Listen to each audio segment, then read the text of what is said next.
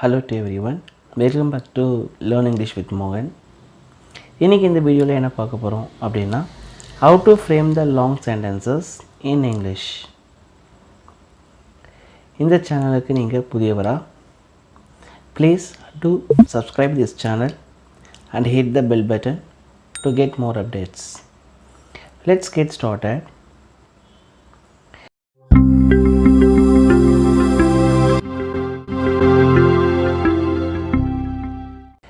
Using if, we frame the sentences in English. So, if I use பண்ணி தான் ஒரு long sentences frame பண்ண போகிறோம்.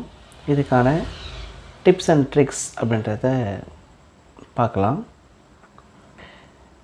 Okay, first one. நீ வேகமாக ஓடினால் நீ பேருந்தை பிடித்து விடுவாய். நீ வேகமாக ஓடினால் நீ பேருந்தை பிடித்து விடுவாய். ஸோ இதெல்லாமே பார்த்தோம் அப்படின்னா ஃப்யூச்சர் ஆக்ஷன்ஸ் தான், எதிர்காலத்தில் நடக்கக்கூடிய ஒரு விஷயம். நீ வேகமாக ஓடினா நீ பேருந்தை பிடித்துடுவாய் அப்படின்றத சொல்கிறோம்.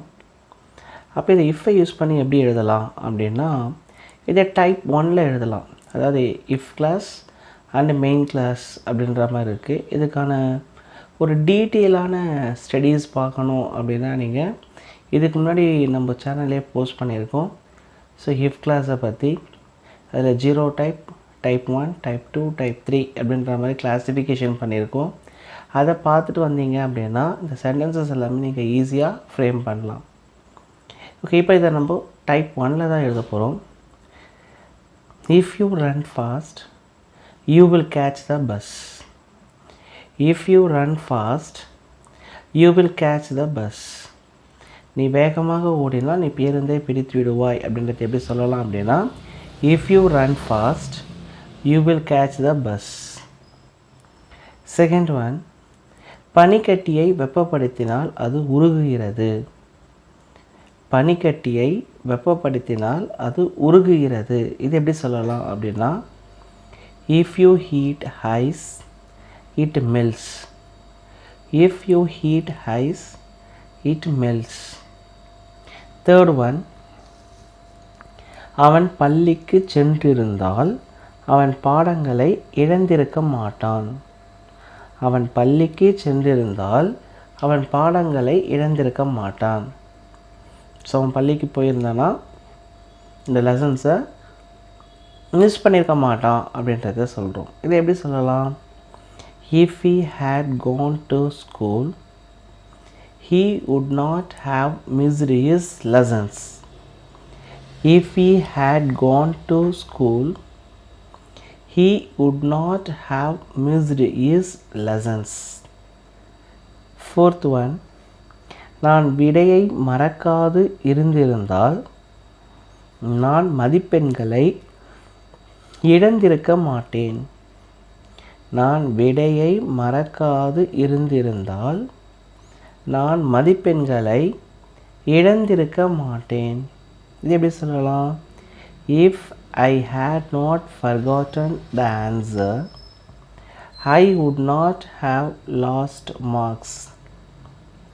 If I had not forgotten the answer, I would not have lost marks. Fifth one, என்னிடம் பணம் இருந்திருந்தால் நான் கார் வாங்கியிருக்க முடியும். என்னிடம் பணம் இருந்திருந்தால் நான் காரை வாங்கியிருக்க முடியும். இதை எப்படி சொல்லலாம்? If I had money, I could buy a car. If I had money, I could buy a car. இது பார்த்தோம் அப்படின்னா ஒரு இமேஜினரியான ஒரு விஷயம், கற்பனையான விஷயம். அப்போ இதை இஃப் கிளாஸில் நம்ம டைப் 2ல் சொல்லலாம். ஸோ அதனால தான் இஃபோட பார்ட்டில் பார்த்தோம் அப்படின்னா பாஸ்ட் டென்ஸில் இருக்கும். மெயின் கிளாஸில் பார்த்தோம் அப்படின்னா could ப்ளஸ் V1 ஃபார்மில் இருக்கும். So sentence if I had money I could buy a car. என்னிடம் பணம் இருந்ததுன்னா நான் காரை வாங்கியிருப்பேன். சிக்ஸ்த்து ஒன், நான் நன்றாக விளையாடினால் இந்த மேட்சில் வெற்றி பெறுவேன்.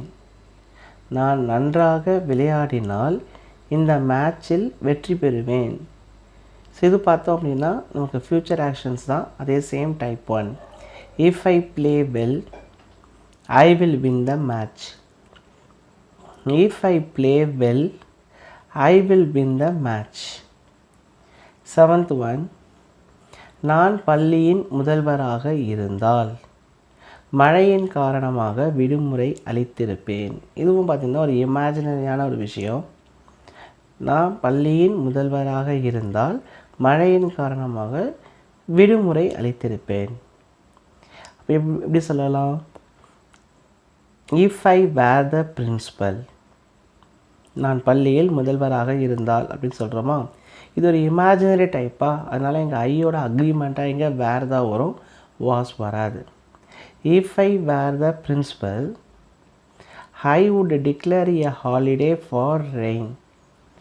I would declare a holiday for rain. இதுதான் மழையின் காரணமாக விடுமுறை அளித்திருப்பேன். இப்போ சென்டென்ஸ் எப்படி சொல்லலாம்?